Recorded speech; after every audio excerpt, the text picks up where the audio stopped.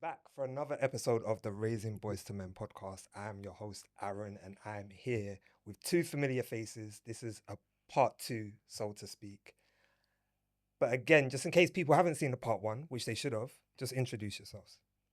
My name's Mike, not Michael. Only Michael if I'm in trouble. And I'm Dwayne. Nice to be back for part two. Simple. Dwayne and Mike. And reason why I felt it was good to have you both here, especially Dwayne. Dwayne's going to thrive in this kind of conversation. What, Yeah? Don't say it. No, you're going to thrive. Can you imagine now? Yeah. I'm a little bit shaky. But also I think a conversation like this is probably rare for men to have. Okay. But I think maybe young boys listening especially could benefit from it. And the topic I want to talk about is self-acceptance. Because it's something that I have struggled with greatly.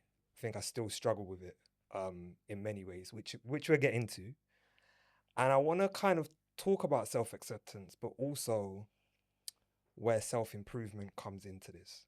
So first thing I want to start with is, again, when I throw the term self-acceptance out to you as men, how does that look? What do you think of? Self-acceptance for my achievements, for being myself. What does it mean to you? What does it mean to you? Because it could be that. Just accepting that I'm perfectly imperfect. Let's call it. Okay. Like I used to have this idea, and I don't have it no more, where I used to feel like, you know what, if I do everything by the book, everything should fall in line. Yeah. First of all, I'm not even doing everything by the book properly anyway to even get the goal or reach the goal or the achievements that I want to get. But we can get deep into that. But I just feel like, yeah, being perfectly imperfect, and I've accepted that. I'm happy with that, and I can always work and improve on that and build on that. All right. Leave it at that. All right. Again, we'll come back to that. But D, what's your view? Of The term self, as you as a man, if I say to you, what does self-acceptance for you as Dwayne look like, feel like? How would you? I'm gonna say it in a way that I feel like is just easy, and then I'll go into. I'm sure you will. You know what I mean? So easy. I'm dope. Okay. I accept that I am dope. I'm amazing. I'm flawed. I'm perfectly imperfect or imperfectly perfect. I'm balanced. Okay. I'm aligned. I'm dope. Okay. That's confident. I'm very confident in knowing how dope I am and knowing how flawed I am. I accept every part of me. Okay. Pros and cons, goods and bads. 100%. That's who I am. It's interesting because when you spoke of self-acceptance, you almost attached it to achievements. Why was that?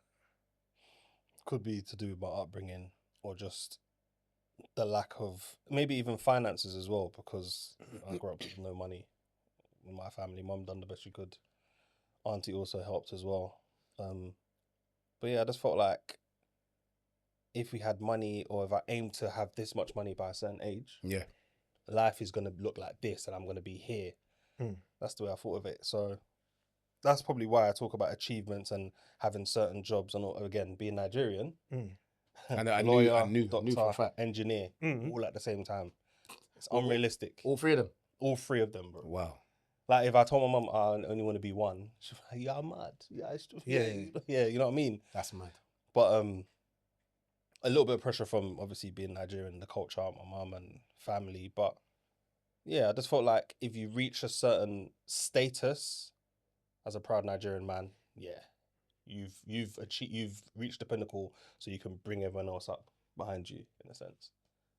You see, when I think of self-acceptance, it's the word love. Again, love for self. Yeah. As I am, not as I could be if I achieved certain things, not as I once was. Back in the day, I used to be able to do this. But in this present moment, how much am I completely, unconditionally in love with myself as I am? And I don't feel like I am. Yeah, I am. I know. I love me some me, boy. I'm not gonna lie. Not from an arrogant or cocky space or place. Yeah. It's genuinely is from a space of confidence. But then that confidence has derived from where? Not to get biblical, because I'm not a religious or biblical person, but the alignment with self and the higher power, which I choose to call God. Okay. Was that something you've had with you from a young age? It's something we've all got with us from birth. But yes, for me personally, it's something that I definitely had. But like you, kind of achievement was what I thought it was growing up. But I just knew something in me knew it wasn't that. Something in me knew it was never about any of that, because I just knew I was dope. I just knew that like loving me was an internal thing that I had to do. So from young, knowing that, I want all these people to love me and then I will feel loved. It never worked. It didn't fulfill me. Okay. I was doing that for the longest time. Yeah, it just didn't fulfill. It's like, I want all of these people to feel proud of me and then I will know what love is. Yeah. And it was like, no, once I started loving me and knowing what that felt like to fill up my cup and only give to others from my overflow, I was laughing, bro. You know what? I want to throw just a random thing out there. I feel you're a very good looking guy, very confident. I like that. Yeah. I like that. Take that home with you. Great. But what I mean is, great dancer, you're very talented. Yeah. Right? A person like you, compared to a person without those talents and looks, may find it more difficult. True. Right? So someone could say, it's easy to love yourself. You're dope because you are. You're talented, you're this, you're that. True. Do you feel like you've had to work on it though? 100%. Because you see, with all of that talk about it's easy, it's not. It's just talk. Because those same things come with a lot of pressure. It comes with a lot of like hate. It comes with a lot of jealousy and envy and a lot of like, look at you looking at yourself whilst everyone's looking at you. Yeah. Look at you whilst looking at you. You kind of do a Kevin Hart. How can I look at myself? Yeah. I can't do it. You know what I mean? Like, I can't look at myself. But I started looking at myself. And I stopped thinking about others' view of me first. Not at all. Yeah. Just first. That wasn't the starting point. Yeah, so when you say, it's quite easy because you're good looking, by whose standard? Yeah. Do you know what I mean? Like, because when you walk down the road and everyone tells you you're good looking and then someone tells you, he ain't all that. Rude boy, that's a mad one. Yeah. That one's mad. No one knows what that feels like. Yeah. When you're like, raw, everyone thinks I'm nice and the girl goes, he ain't even all that, out loud. It hurts. Out loud, bro. Yeah. When you walk down West End, I remember this. You walk down West End and the girl says, he's butters. Wow, I got that that's in wild. school. Oh my lord, year 7 and monthly day.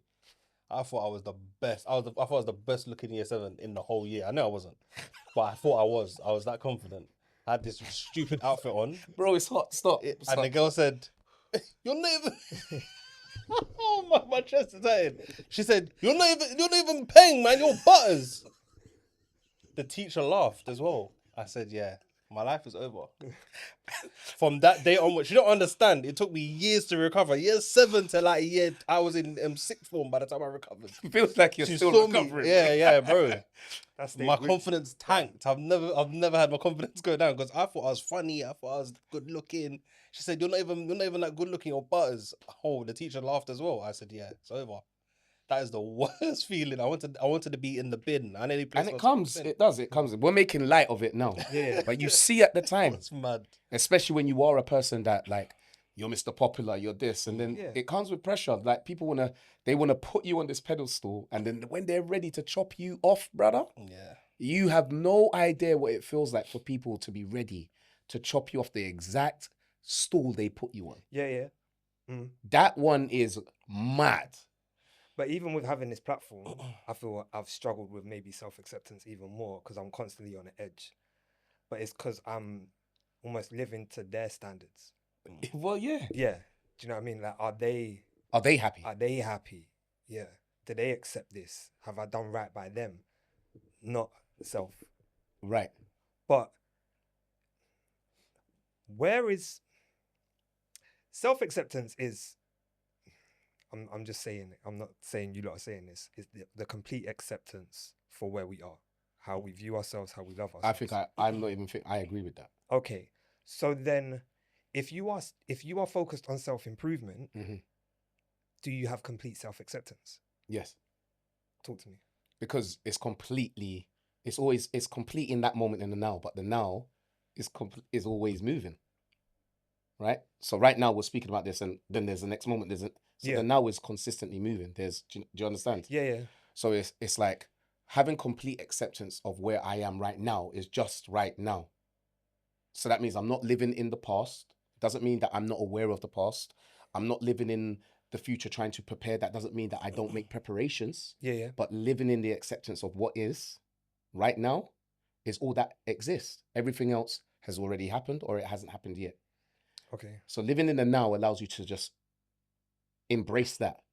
And then what happens tomorrow, you embrace that because that now is your now. Yeah. So we're saying self-improvement is not just accepting. We're not saying it's acceptable, like we are giving people permission, but we're saying that it's healthy. It's probably the most healthiest. I was gonna say you'll be doing yourself an injustice if you don't try to always improve. You're just staying stagnant almost, because tomorrow is gonna be different. Everything's gonna change. Time is always gonna do its thing, which is keep adding or keep going. So you staying still, not trying to adapt or not trying to evolve or not trying to improve, you're doing yourself an injustice. But that self-improvement has to be based on you.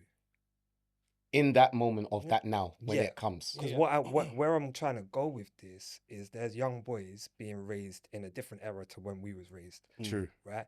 And you open your phone and there's millions of people that you're now comparing yourself to.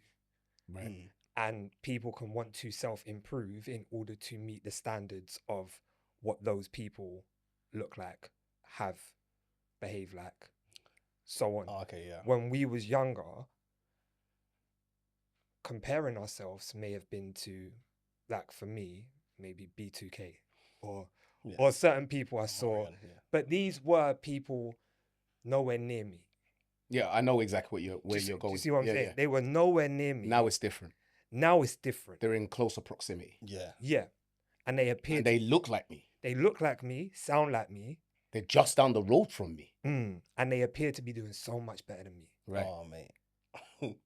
Now I want to talk on that. But those are the challenges of what you speak about.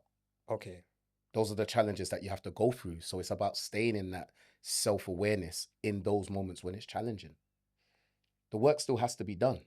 Mm. Do you know what I mean? You have to be kind of like fully self-aware. When you're young, that's hard. But that's where parenting gets in there. You know, we have to help our kids understand that these are the tools and this is how you use those tools. Mm. Often they've got these tools and they're using the wrong tool for the wrong job. Okay. So sometimes they're using the back of the screw to hammer in the nail. Yeah. Rather than just using the hammer to hammer in the nail, and they're now using the back of the hammer to try and unscrew the screw. Like, what are you doing? Can I just add, yeah, Yeah, please. that I've heard this saying so many times. You guys have probably heard it yourself, but comparison is definitely the thief of joy. Yeah. However, there's a little part of me that doesn't mind viewing certain goals. So especially people that are close to me, that I wish I had your confidence. I wish I was as tall as you and all the rest of it. You know what I mean? Because thanks to dad and mum, I'm not the tallest. You know what I mean? But all jokes aside, it can be the thief of joy, comparison. But sometimes seeing that and still being confident in yourself, I want to reach that one day, but I'm going to do it in my own way. I'm going to take one step at a time to get there. But I'll be honest with you, kids seeing, I don't know, 15-year-old making millions of pounds, I don't know, trading or playing football or doing this and doing that. It is hard. It is hard. You can look at that on Instagram, because you can just flick through one page and another page and then go through their Instagram and then see another person that follows them doing the exact same thing. What am I doing wrong? It's easy to do that. But if you want to reach that kind of level, you have to remember that it takes steps, and it's one step at a time. You can only focus on what you're doing here. And a lot of people want to literally fly, not even sprint, fly before they can even crawl or walk. So don't let that kind of like mindset ruin your progress, let's say. you spoke about comparison, and then I did inspiration in there. A little bit. So that was different. If Mm. you just live in comparison Mm. and try to compare and then try to go, I want that. Mm. I Yeah, want yeah. their life. Mm. That's you living in comparison. Yeah. What you spoke about there was there's a comparison, like, you know, I wish I had your confidence, I wish I had your height, like in comparison, but I'm inspired by that. I am still going to be confident in what I have and utilize Yeah. my height and my confidence in a way that I'm inspired by his height and his confidence. And which is natural to me as well. Like I'm really good at what Michael does, if that makes sense. Yeah, Of yeah, course. yeah. So You're the I'm good at best. being You're short. the best Michael you can be. And that is self-awareness. That one, see? Hey, Yeah. hey, you see But it's this? okay. But it's okay to have an appreciation for other things, It has to be. right? Yeah. I think that's important. But have you ever? Is there anything that you struggled with personally when it's come to self-acceptance? I will start. Oh, Go I on, like yeah, man yeah. said it as well. He was just like, No, because I'm did like, you ask a question? I'm like, By the way, I don't know, I'm I a don't star. know- I don't know how vulnerable everyone will be if I just leave it. Oh, I yeah? like that. So I'm Okay, like, cool. let me Lead by example. Let me lead by example. Going bald.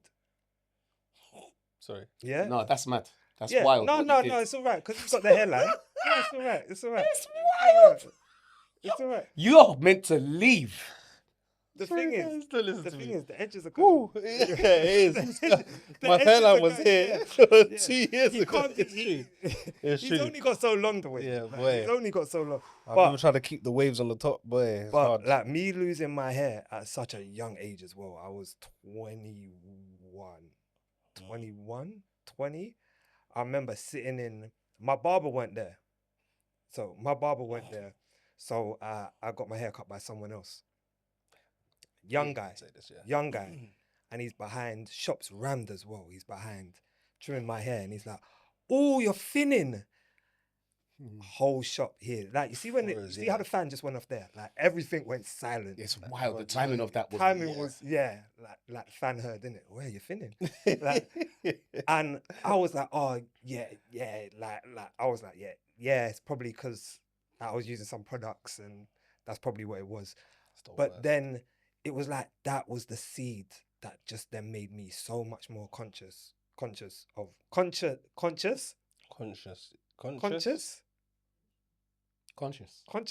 Yeah. You're saying it like crunches, man. What did I say? I don't know. And you started making us. Yeah. Everyone looked now like I they were don't know how to confused say by it, the yeah. word. Like, No, when you said it, I was fine until you said it again. yeah, When you said it the first time, I was like, yeah. It's conscious. Yes, yeah, that one. Yeah, we left that. We're gone now. We're Yeah. gone. But I then kept looking at myself, overlooking at myself, and then starting to just see that. Right. Do you see what I mean? Like everything else about me was not focused on. It was just the fact that Ray, you're losing your hair. Ray, you're 21, and I'm now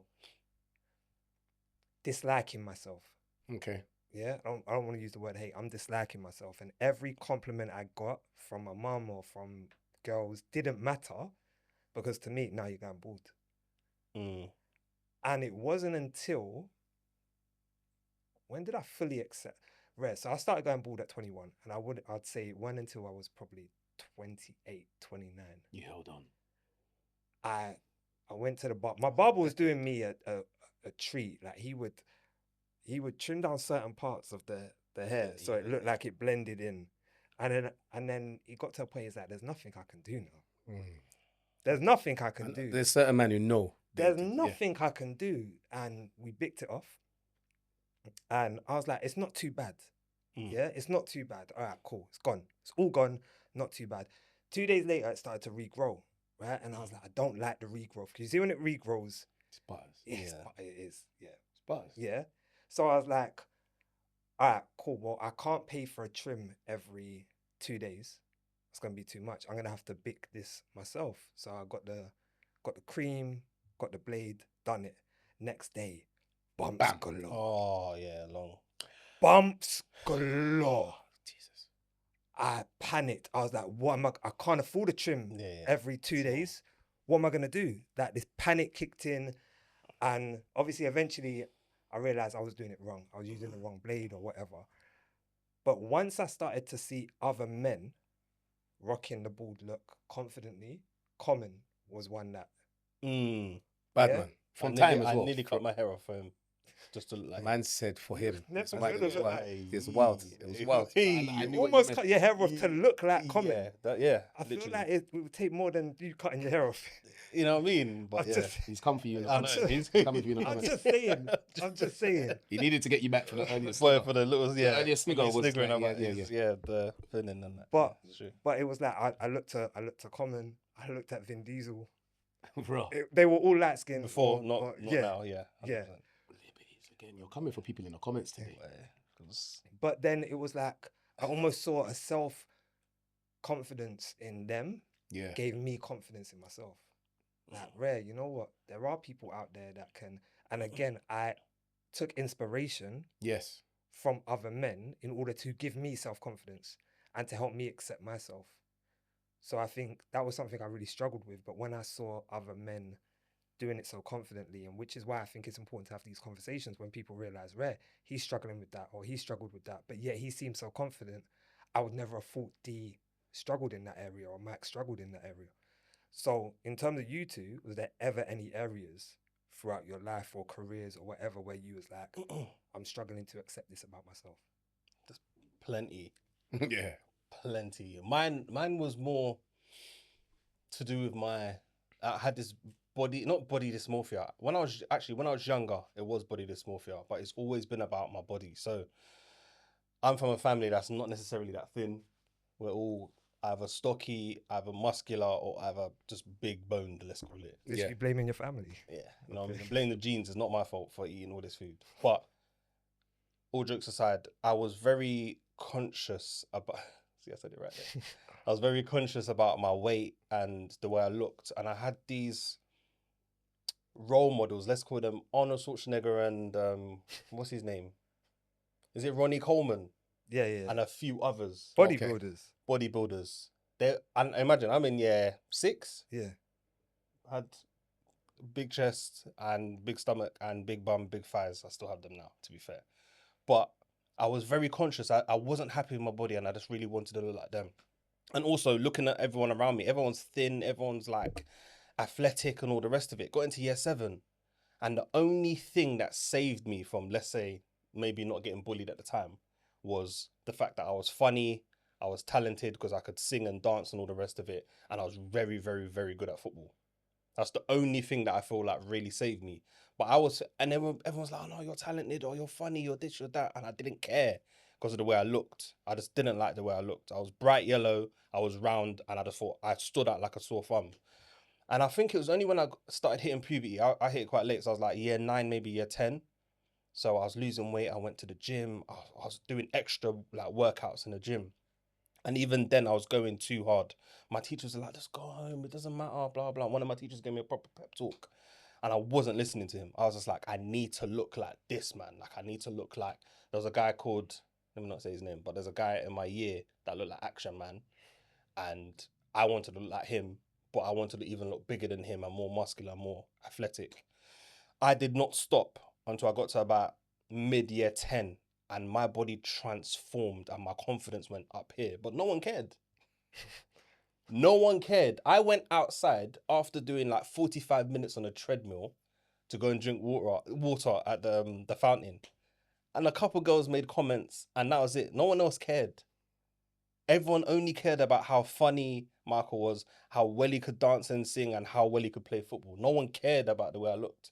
But I was so obsessed with the way I looked that I couldn't receive any compliments. I couldn't focus. Even sometimes in class, I was just thinking, when's my next gym session? When am I going to do cross country? When am I going to do, what's it called, 1 hour on the treadmill when am I going to do like bare compound lifts? And no one cared. And it literally, I just remember my body looked exactly what I wanted it to look, but no one cared. So I just came back to reality and I thought, okay, let me just go back to being myself. Let me go back to just improving in that sense, but just doing what I'm good at. Not letting it run you. Basically. Before we get to the win, I just want to touch on that. How do you think the younger generation now are with that? Because you mentioned Ronnie Coleman and Arnold. Again, you open social media. I know mine anyway. I could scroll and I see 10 different fitness pages one man's hench, one man's lean. I'm being told to eat vegan. I'm being told to do this, do that. There's so much information out there that is overwhelming, right? How do you feel like the generation now are struggling with that more? I think that, I think they are, because it's just information overload. Yeah. Like, I've heard people have made memes about it. So, for example, you're about to drink a glass of water. Oh, don't drink a glass of water on an empty stomach.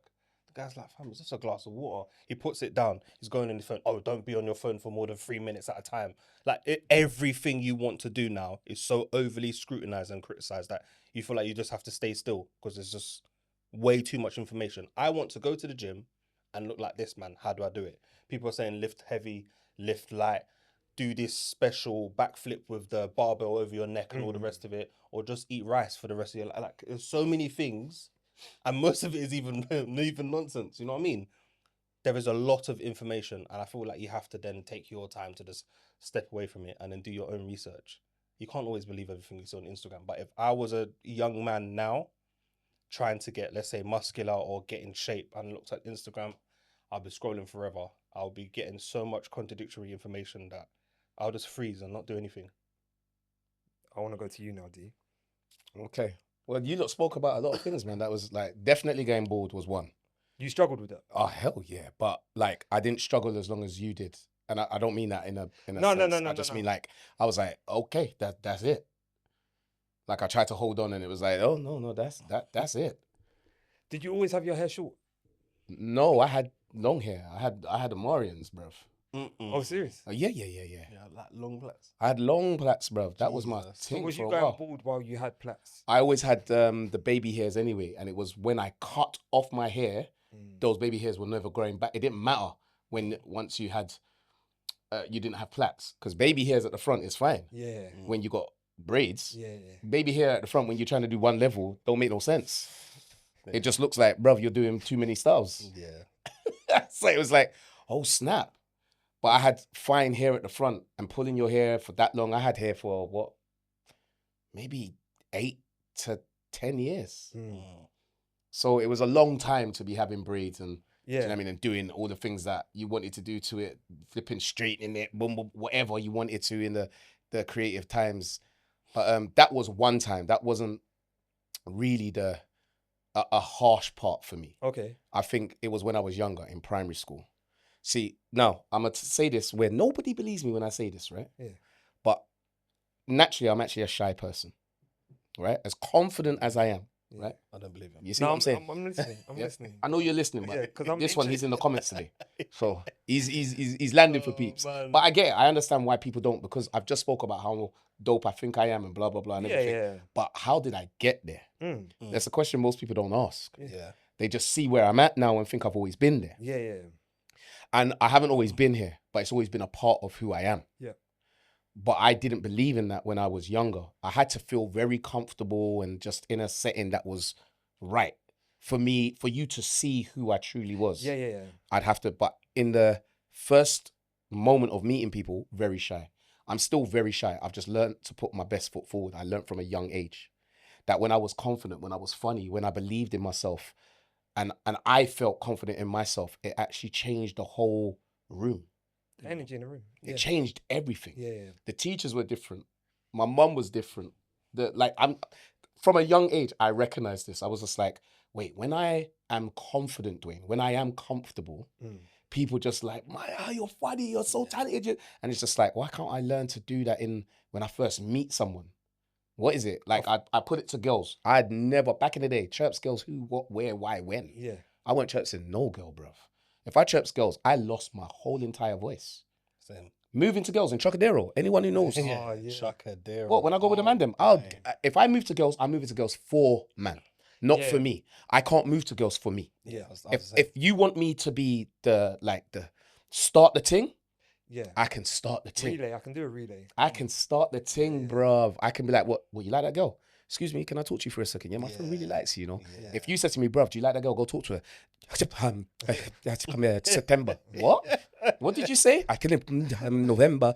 Born in Shakam. Do you want to? I don't know. Run away, bruv. Yeah. One of my brethren who was like, he saw me as the most confident guy in the world. Wait, this is now I'm in secondary school. Remember, I learned to be confident in primary school, but I still found it difficult to speak to girls if I didn't know you. Yeah. We went Chocodero one day. He watched me speak to a girl just like this, bro. Whilst he was talking to the friend for me, being a wingman. And he's talking and he watched me and at one point he actually looked at me and said, "What are you doing?" Like, what's happened? When it was over, he said, "Bro, what? I've never seen you like that. You're Dwayne." I said, "Bro, I can't talk to girls."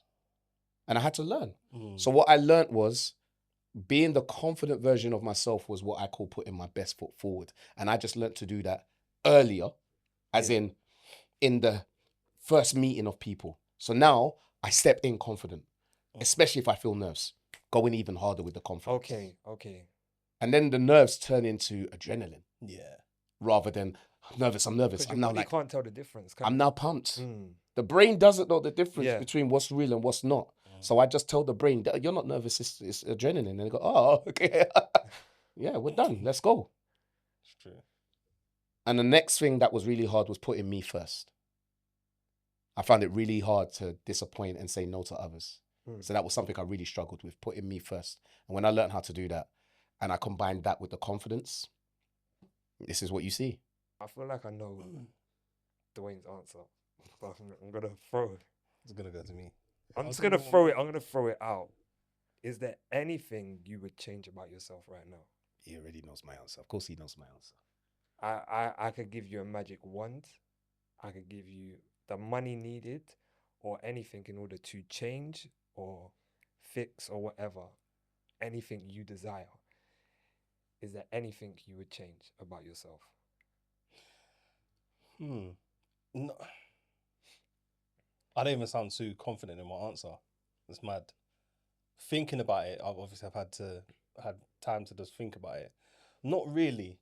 I feel like things happen for a reason. I'm at this point in my life for a reason. I've built up resilience, confidence, and all the rest of it because of certain things that have happened in my life. Those have all brought me to this point right now, right here, to speak in front of people and speak in front of my boys. And you know what I mean? I don't think I'll change anything. I had a conversation the other day with my missus and I said, imagine I took this other job that didn't lead me to work in this job for my manager to then introduce me to you, the love of my life. Yeah. I think I wouldn't, I just don't feel like I need to change anything. Like I'm this person for a reason. Like things happen for a reason. I'm here, I'm alive, I'm happy. I don't want to change anything. Like people can look at themselves in the mirror and say, I want to change this, I want to change that physically, or say, you know what, I wish I was more confident, I wish I was more this, I wish I was more that. But realistically, it's hard being Mike, but it's also lit being Mike. Oi! Say it with your chest. I'm going to be honest with myself. Like I love being myself, man. It's not easy at times, but you know what? I'm happy to be here and I'm happy to be myself. So even, and I say this respectfully, even someone as yourself, like you said, you're on your weight loss journey, you wouldn't take that opportunity and say, right, give me the... I like the sometimes feeling like dipping, and I honestly feel like I've got ADHD. I'm not joking. Undiagnosed, of course. Because who's got time to be sitting there and talking to these men? But it has to be challenging enough for me to want to consistently do certain challenges, but not too challenging where I can't be bothered. So I like the dip sometimes that I have when I'm in the gym for 2, 3, 4 weeks. And then sometimes I go, oh, I can't be bothered. And I'll have a whole like period where I'm just like, oh, this is long, man. Go to the gym. When I was enjoying it 3 weeks ago, tossing weights around the room.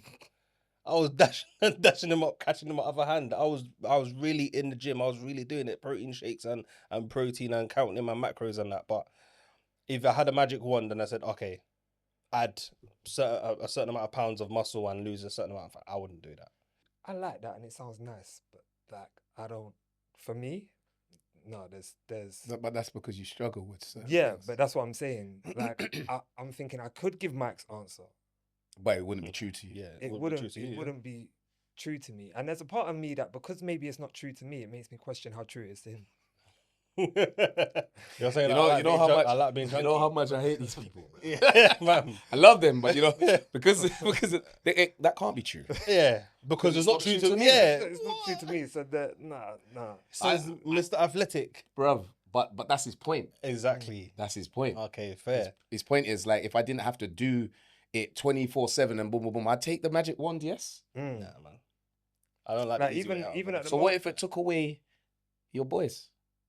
No, but that's what I'm saying. If we then go with the hypotheticals of the hypotheticals, Yeah. just you know, Yeah. The thing is, that was mad, but I still got it. like I don't want us to go that far back. Like where Yeah, no, see, that's not how it works. That's what I mean. Yeah. That's what I mean about people who talk about the magic wand. You got to understand, yeah. If you watch all of these things that talk about the magic wand, if we just watch them and just watch even the Disney and it always affects everything. Shrek, bro. But that's- Shrek. but that's- Shrek said he wanted a day, Back to the Future. and he lost his wife and lost all the little Shrek children, bro. Yeah. All right, but That's what? cute But as what? well, imagine. But I'm not saying necessarily go back and change anything. No, but it's not a going back. It's No, just no, you change so- one thing, yeah. but it affects everything. Going forward. No, it affects everything. It's not just going forward because No, because going it can't change. forwards- It can't change the past. No, Let's but say going it forward couldn't. is now different. Yeah. But it wouldn't. You would never know it was different. So wait, you think if So I, I'm saying, say for example, Go on. say for example, Mike was like, oh, I want to change my hair. I want my hairline back. Yeah. yeah, it's there, bro. What are you talking about? It's coming through. I'm just saying, say that's what Mike. Wild. Say Mike said, I want my I'm hairline done. the same as when I first met Aaron. Yeah. Yeah. Say. So let's say he said, Go I on, was go only on. like, even yeah, though man's hairline is there. Let's say I said that, yeah. Yeah, let's say that's it. Yeah. And then we gave that to Mike. Yeah, Yeah. Moving forward, he's got the hairline. he's got the hairline, and it may be a different future than what what this hairline is Mike doing. with the to me current right now. hairline would have received. But he's not gonna know no different because he's just living in the moment. But that hairline, let's just see now this, because like you're saying, that hairline now might, his wife, Mrs. might be like, I don't like this, Mike. It changes everything about him. Or it makes me more overly confident, maybe a little bit cocky, like my hairline's now near my eyebrows. Yeah, but what I'm saying is That's we wild, by the way. But what I'm saying is we won't know, right? Because where I want to go with it, right, is I could give Mike the body of his dreams now with this magic wand. Yeah. And he could say, no, I don't want to receive it because I want to work for it. He works for it. He still has the same body of his dreams. It's just I'm giving it to him at an easier, here, take it. You're giving it, you're saying that now in a different way than how we started this question. Yeah. You I'm said just if we saying, had is a there magic anything- wand if you had a to magic change wand that everything, could change, no, I said anything Anything. about you. Yeah. I just wouldn't want to use a magic wand to do it. So even though you've asked that question in a totally different way, I don't want the magic wand to do it. I feel like there's lessons learned on the journey. I always feel like there's lessons. So, for example, if I waved the magic wand and I had, I don't know, what's the magic number? 100 mil in my account. Having 100 million won't necessarily. I won't understand the value of that 100 million if I just got it in my account. I get that. Compared to me making that 100 million, losing some of it, and then gaining it back, and then the journey, All like, right. the lessons Let learned. me read. So, for example, I'm in the middle of my eyeliner journey, right? So I'm trying to change. I wasn't happy with my teeth. I'm trying to change it, right? By me doing that, is that me? Am I not accepting myself? No, just improve it. So we're saying a physical change, because some people were like, "Oh, don't lose the gap." Da, da, da, da, da. Me saying I'm not happy with my teeth. I want to change it. Is that me not accepting myself? Yes, it is. Okay. It is To a because you're certain not extent. accepting yourself, but you're also accepting who you are and accepting that I want to change this about myself. It's like, so you are accepting yourself, but you're not accepting that you want to stay as yourself as you are right now. You want to change that, and that's okay. Or maybe you see it as Improve. improve it. Yeah. Or, yeah. And this is all right. So we're going where I want us to go, right? So He's All got right. us. Damn. nah, I haven't got no one yet. So I want to change my teeth, right? And there's men out there that I see that they want hair transplants. Yeah. Yeah. So they're like, you know what? I'm losing my hair. I'm gonna have a hair transplant, right? How I look at things like that is at some point you can't keep up. And you have to look at who you are and say, this is actually me. Because what I mean is someone gets a hair transplant, then they get grey hairs. I need to dye my grey hairs. Then they get wrinkles. There's always something I to need to, basically as improve. we're getting, as three men in this room that are now getting older, have you found it harder to adjust and adapt to that?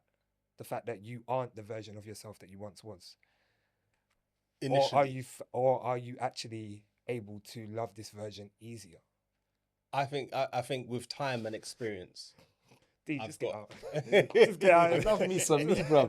I can't. Sorry, it's easier for me. Yeah, Like me loving me now Yeah. than when I was younger, yeah. bro. I don't think you don't understand how much I love me some me, bro. All right, but to be at the, would you say, even in your dancing career, would you say that your peak has gone? No. Okay. Yeah, no. I'm the dancing was just the vehicle to helping, supporting, assisting, and contributing to me knowing how fucking dope I am. Yeah. That's all the dancing was. It's just another vehicle. The dancing doesn't dictate and define who I am. Of course. The dancing just allowed you to see how dope I was. So you found it easy or easier Yeah. to, it's like footballers, right? They're in their prime when they're 28, 29. Yeah. They then get to the latter part of their career and it's like, I'm no longer who I once was. Yeah, or yeah. that's what I defined myself as, a footballer. Yeah. They now struggle to accept themselves. Yeah. Have you ever struggled with that? Oh, of course. Yeah. Oh, hell yeah. That's what I'm saying where I'm at now. Yeah. When the dancing career was coming to an end, but then I had another, do you know what I mean? Like moment to just keep going. Yeah. But when, say, at the peak of my dance career, when that peak kind of fell off, yo, It's a big drop as it was well. that was when I had my moment of clarity and realized how much I needed to put me first. It was then, because I was almost disappointed in myself based on what you said and how others would view me. How would I now be able to pay myself the weekly money that I was paying myself, like sort out my mum and all these other things that had nothing to do with who I was and how I defined myself. Well, it did, but it never really did if once I deeped it. Dancing was a part of your life. It wasn't your life. Yeah, but there was a time when I thought it was my life. And once I realized it wasn't my life, once I realized that, like, once I've learned to live in my passion, my purpose, and my peace, understanding that my passion is one thing, my purpose is another, but all of it is to live in alignment with my peace. I was done. And that's what dance is. Dance and entertainment and everything that I do, passion-led, is it helps me live in my purpose. And then once I put those two together and combine those and complement those, I can live in peace. I'm in peace. I'm not chasing happiness. That's why the magic wand doesn't really appeal to me. Yeah. Because that's just going to give me happiness. But then I'm going to want the magic wand to give me something else. And I love that you said that. So as men or even women out there, because I feel women have their own struggles, how do we work on that? That part there where it's that forever wanting something better, something else. You seem to have found this happy ground of, I'm here now, I love who I am now, I'm dope. How do people get there? Well, a level of contentment, basically. Because not to cut you off, but again, we are in a world and we're raising kids in a world where everything is liked. Yeah. It's consumption, not contentment. Like. Oh, I only got 50 likes. This isn't good enough. Or this picture, I mustn't look that nice. Or they're taking 20 pictures to just upload one. Everything has to be perfect and everything has to be liked. How do you tell that person that actually those likes Have you not seen the new clip of Denzel? At the interview? Yeah. Where I can't remember. Where basically he's saying he went mad. He got mad, didn't it? Talking about being cancelled and following. And he said, I don't follow no one. I don't follow no man. So what it is with Denzel, he's old school. So the thing is, unfortunately, our kids and the generation that's coming up, they don't have that comparison. They don't know what it looks like to live without what they're living with right now. Yeah. We do. But we've got to help them understand that doesn't dictate and define them, even though they don't have the comparison. Yeah. We can't let them live in the space of like thinking the best way to live and thrive in this life is to be liked, to have followers, to follow, and just live in this online world. We have to let them know that the real world is right here with us. Those things they're just extras. You don't need them. Byproducts almost, yeah. byproducts, but you can use them. Yeah. You've got to use them and utilize them. Don't allow them to use and abuse you. So we have to teach our kids the importance of being content and present. And that's a great segue to one of my final questions.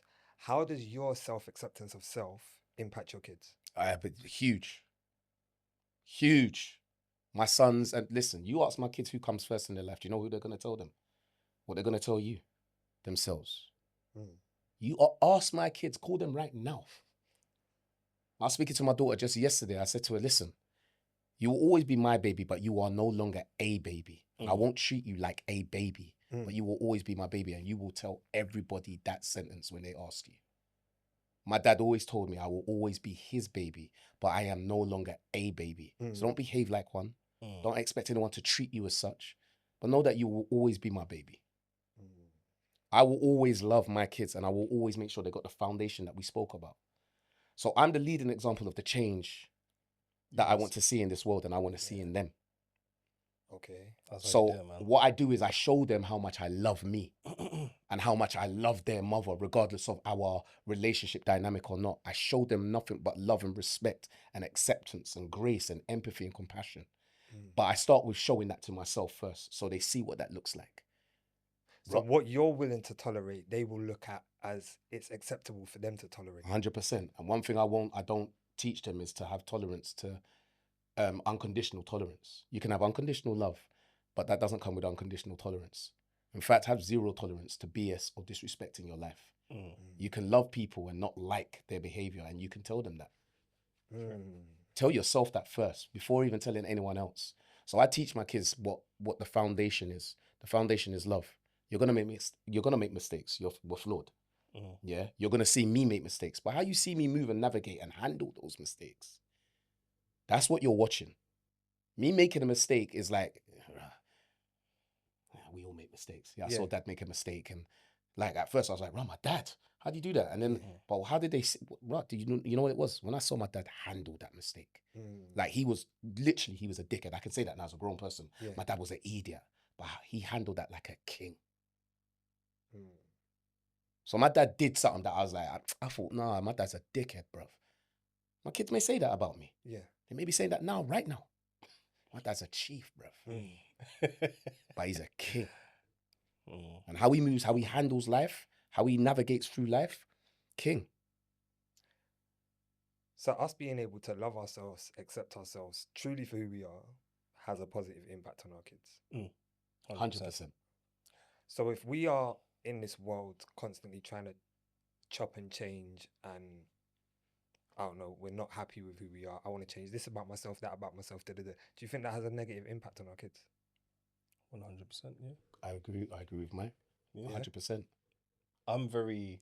The way I am with my kids is I'm just always grateful for the small things and the consistent things, and just having a roof over my head. I'm very grateful. Some people are like, yeah, but that's normal. It's not a massive house. It's not a massive flat. I'm just like, I have a roof over my head. I am grateful. Yeah. I have food on the table. I am grateful. Like, I do it every single day. And some people even tell me, why don't you buy more expensive stuff and fill your life with all these shiny things? I'm like, I've never been that person. Who tells you these things, bro? No, I hear it.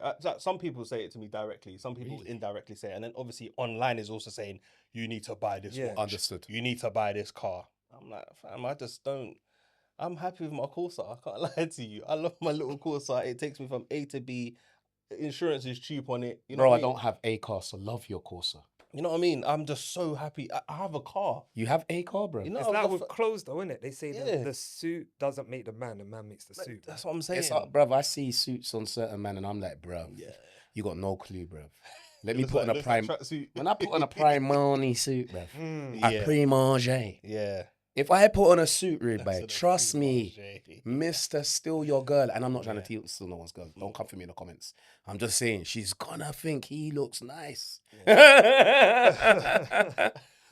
bad. Sorry, I had too much fun. But you know what? That's I've seen D in so many outfits, right? And I'll be like, where'd you get that from? And it's something simple. And I was expecting it to be pricey or whatever because of how he carries it. Yeah.